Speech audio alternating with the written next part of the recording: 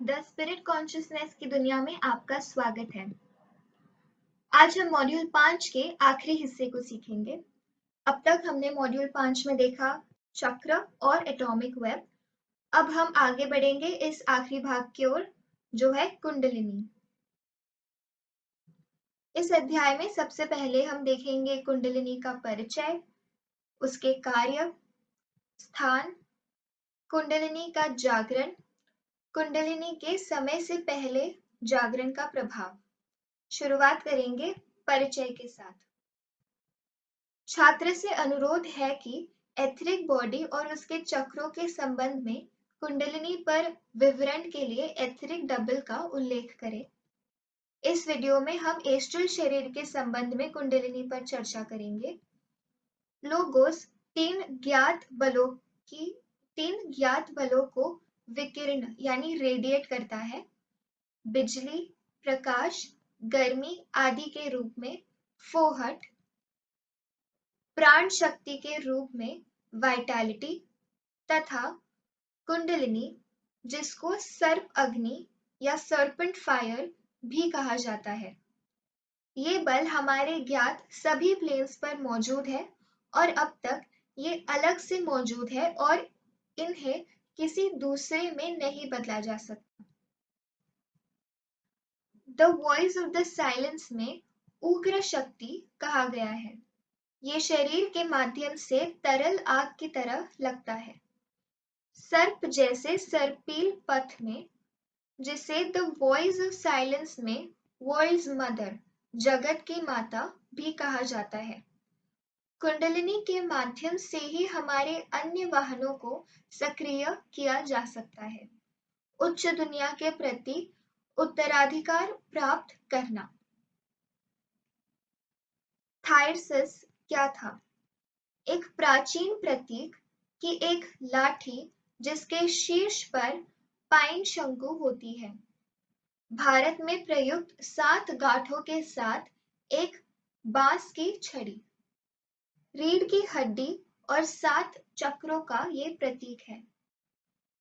एक खोखली लोहे की छड़ी जिसमें आग होती है थायरसिस के संशोधन के रूप में है। अग्नि कुंडलिनी का प्रतीक है। व्यवहारिक उद्देश्यों के लिए भी उपयोग किया जाता है। उदाहरण, किसी व्यक्ति के एस्ट्रल शरीर को आसानी से भौतिक से मुक्त करने के लिए एक मजबूत चुंबकीय उपकरण के रूप में उपयोग किया जाता है क्योंकि वे स्वयं उच्च जीवन की यात्रा करते हैं। प्रक्रिया, पुजारी ने अपने स्वयं के चुंबकत्व के साथ थायरसिस को चार्ज किया और व्यक्ति की मदद करने के लिए उसकी रीढ़ की हड्डी के सामने रखा। कठिन जीवन में, उनके भविष्य के प्रयासों में।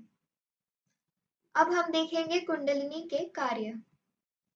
ओकल्ट विकास में इसका मुख्य कार्य एथरिक चक्र को सक्रिय करना और इस प्रकार भौतिक और एस्ट्रल शरीर को सक्रिय करना है।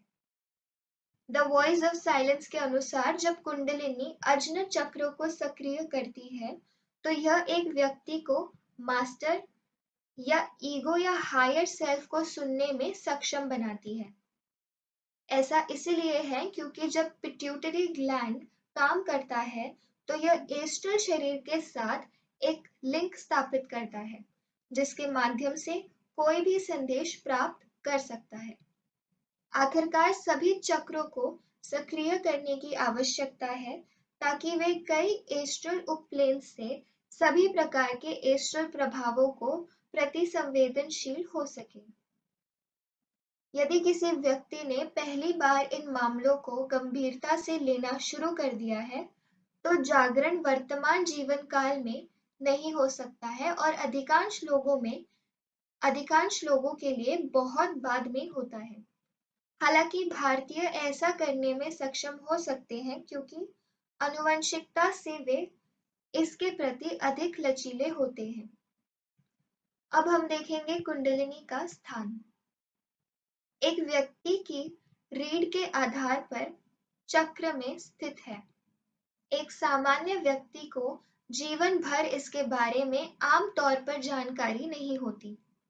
कुंडलिनी को किसी व्यक्ति में निष्क्रिय रहने के लिए अत्यधिक अनुशंसा की जाती है जब तक कि वह नैतिक विकास के उस स्तर पर पहुंचा हो। इसे नियंत्रित करने के लिए एक मजबूत इच्छा शक्ति हो, शुद्ध विचार हो, जो कुंडलिनी जागरण से गुजरने के लिए आवश्यक है बिना किसी नुकसान के। अब हम देखेंगे कुंडलिनी का जागरण। कुंडलिनी को उत्तेजित करने की विधि और विभिन्न चक्रों से इसके पारित होने का क्रम सार्वजनिक रूप से प्रकट नहीं होता है। इसका प्रयास तब तक नहीं किया जाना चाहिए जब तक कि एक मास्टर स्पष्ट रूप से इसका सुझाव न दे और पूरे चरणों में एक का मार्गदर्शन करे। विशेषज्ञ भोगवादियों ने अपने गंभीर खतरों के कारण समुचित शिक्षा के बिना कुंडलिनी जागृति का दृढ़ता से निर्वहन किया है। हठायोग प्रदीपिका के अनुसार यह योगियों को मुक्ति और मूर्खों को बंधन देता है। तृतीय 107। प्रत्येक जन्म में दोहराया जाना चाहिए क्योंकि शरीर प्रत्येक जीवन काल में नया होता है। हर पुनरावृत्ति के साथ यह आसान हो जाता है। इसकी क्रिया लोगों में भिन्न होती है। कुछ हायर सेल्फ को देखते हैं, कुछ इसे सुनते हैं। हायर सेल्फ के साथ इस संबंध के कई स्तर हैं। उदाहरण, व्यक्तित्व के लिए इसका अर्थ है ईगो, ईगो के लिए मोनाड की शक्ति, मोनाड के लिए लोगों की एक सचेत अभिव्यक्ति। कुंडलिनी जागरण के लिए आयु कोई बाधा नहीं है। हालांकि तनाव को सहन करने के लिए शारीरिक स्वास्थ्य अच्छी होनी चाहिए। अब हम देखेंगे कुंडलिनी के समय से पहले जागरण का प्रभाव। कुंडलिनी का अनियंत्रित आंदोलन गंभीर खतरे पैदा करता है। भौतिक शरीर को, ऊतकों का फटना, अत्यधिक शारीरिक दर्द या मृत्यु, और शारीरिक के अलावा अन्य निकायों के लिए भी। इसलिए किसी को शिक्षक के मार्गदर्शन में ही इसे जागरूक करना चाहिए, जिसे कुंडलिनी के बारे में गहरा ज्ञान है और इसके गंभीर खतरों के बारे में जानता है। असामयिक कुंडलिनी जागरण के प्रभावों में शामिल है बल का ऊपर की बजाय नीचे की ओर बढ़ना। नतीजतन नकारात्मक भावनाएं बेहद तेज हो जाती हैं। व्यक्ति इन भावनाओं से उबरने में खुद को असमर्थ पाता है और असहाय हो जाता है। ऐसे लोग सटायर बन जाते हैं, नैतिक रूप से भ्रष्ट राक्षस हो जाते हैं, क्योंकि उनका इन भावनाओं पर कोई नियंत्रण नहीं है। वे अलौकिक शक्तियां प्राप्त कर सकते हैं, लेकिन केवल निचले स्तर की संस्थाओं के साथ संवाद कर सकते हैं, जिनके साथ संचार करने की मनुष्य को अनुमति नहीं है। इस तरह के बंधन से मुक्त होने के लिए कई अवतारों की आवश्यकता है।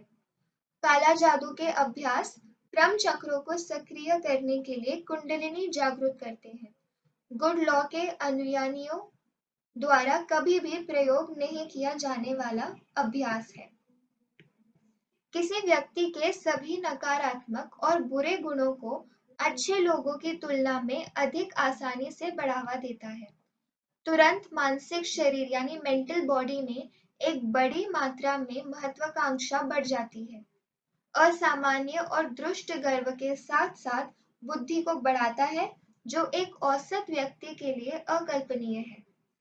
यदि कोई अनजान व्यक्ति गलती से कुंडलिनी को जगा दे, तो उन्हें तुरंत किसी ऐसे व्यक्ति से परामर्श करना चाहिए जो इस क्षेत्र में बहुत जानकार है। इसी के साथ ये मॉड्यूल यहीं पर समाप्त होता है। अगले मॉड्यूल में हम देखेंगे थॉट फॉर्म्स। धन्यवाद।